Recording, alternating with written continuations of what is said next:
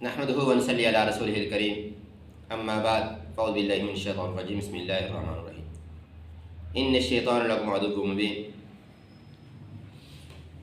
قرآن کریم کا اگر مطالعہ کیا جائے تو بارہا اللہ رب العزت نے انسانوں کو بتایا ہے کہ شیطان تمہارا کھلا دشمن ہے، اس لیے اس کے شر سے، اس کے فتنے سے اور اس کے حملے سے انسان کو بچنا چاہیے اور کوشش کرنی چاہیے کہ وہ عمل کرے جس سے شیطان خوش نہ ہو، رحمان خوش ہو۔ چنانچہ شیطان کے بہت سارے حملے ہوتے ہیں جس سے وہ انسان کو ورگلانے کی کوشش کرتا ہے، انسان کو بہکانے کی کوشش کرتا ہے۔ اگر انسان کے دل میں خوف خدا ہوتا ہے تو انسان شیطان کے بہکامے سے بچ جاتا ہے۔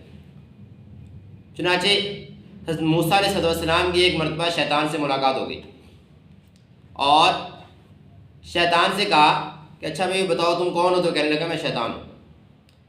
تو حضرت موسیٰ علیہ السلام کہنے لگے اچھا یہ بتاؤ کہ تم تو بڑے ڈورے ڈالتے ہو لوگوں پہ، لوگوں کو گمراہ کرتے ہو، تو اپنے تجربات کا کچھ نچوڑ ہی ہمیں بتا دو، کیسے لوگوں کو گمراہ کرتے ہو؟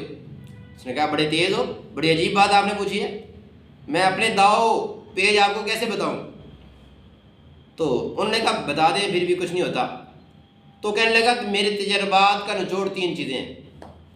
نمبر ایک، کہنے لگا کہ جب آپ صدقہ کرنے کی نیت کریں تو فوری طور پہ صدقہ کر لیں، اس کو ڈیلے نہ کریں، لیٹ نہ کریں، اس لیے کہ جب میں کوئی آدمی اس کو لیٹ کرتا ہے تو میں اس کو بلا دیتا ہوں، اور جب میں کسی چیز کو بلا دیتا ہوں تو میں دوبارہ پھر اس کو یاد نہیں کرواتا۔ جب کوئی صدقہ کرنے کی نیت کرو تو فوراً صدقہ کر لو۔ نمبر دو، جب تم اللہ تعالیٰ سے کوئی وعدہ کرو تو اس وعدے کو فوراً پورا کر لو، اس لیے کہ جب تم اس وعدے کو فوری طور پہ پورا نہیں کرو گے تو بعد میں وہ وعدہ میں توڑوا دوں گا اور پھر تم کبھی بھی اس وعدے کو پورا نہیں کر سکو۔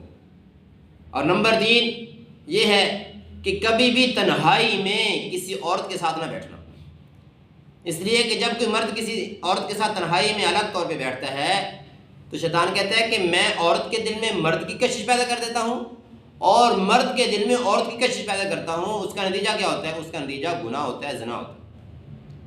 تو یہ تین چیزیں ہیں میرے تجربات کا نچوڑ جس سے میں لوگوں کو گمراہ کرتا ہوں۔